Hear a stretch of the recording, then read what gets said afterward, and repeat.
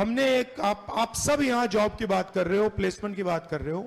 हमने एक डिसीजन लिया है कि 30 लाख सरकारी नौकरियां आज नरेंद्र मोदी जी ने भरी नहीं है और 15 अगस्त तक हम 30 लाख नौकरियां भरने का काम शुरू कर देंगे।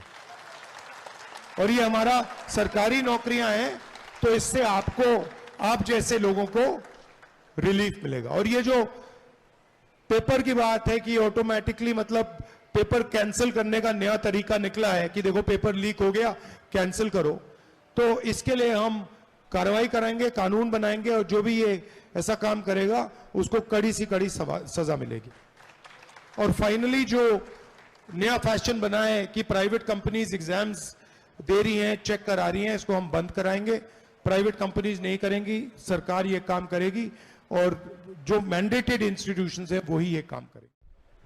तो सर हम ये चाहते हैं कि हमारी कम्युनिटी को रिप्रेजेंटेशन मिले और कास्ट सेंसस हो कि कितना हमारा रिप्रेजेंटेशन है और इनको आगे बढ़ाया जाए हमारी कास्ट को। आपको मालूम है, पता नहीं मालूम है या नहीं, आपको मालूम है कि हिंदुस्तान में ओबीसी वर्ग को, दलित वर्ग को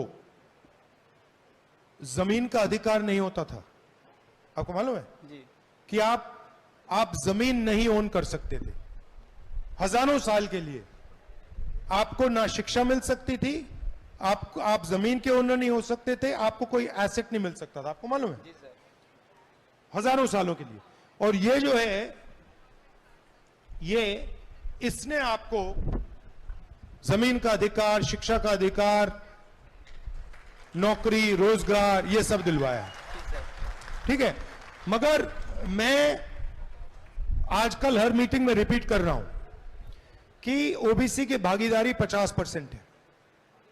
हिंदुस्तान में 50% ओबीसी हैं, 15% दलित हैं, 8% आदिवासी हैं। जितनी आपकी भागीदारी होनी चाहिए उतनी आपकी भागीदारी बिल्कुल है ही नहीं। कांसी राम ने कहा था जिसकी जितनी भागीदारी उतनी बिल्कुल हिस्सेदारी, भागीदारी कह लो, हिस्सेदारी कह लो, ना आपकी मीडिया में है, ना आपकी कॉर्पोरेट इंडिया में है, ना आपके प्राइवेट सेक्टर में है, ना आपके प्राइवेट हॉस्पिटल्स में है, ना आपके प्राइवेट एजुकेशन में, कहीं भी नहीं है आपकी। सर अगला क्वेश्चन मेरा यही था कि सर प्राइवेट सेक्टर में रिजर्वेशन नहीं है, ना हमारी भागीदारी है क्या? हाँ, तो मेरी थिंकिंग है कि सबसे पहले हम ये पता लगाएं कि सिचुएशन कैसी है। तो इसके लिए जाति जनगणना, जिसकी आबादी कितनी है वो सब पता लग जाएगा।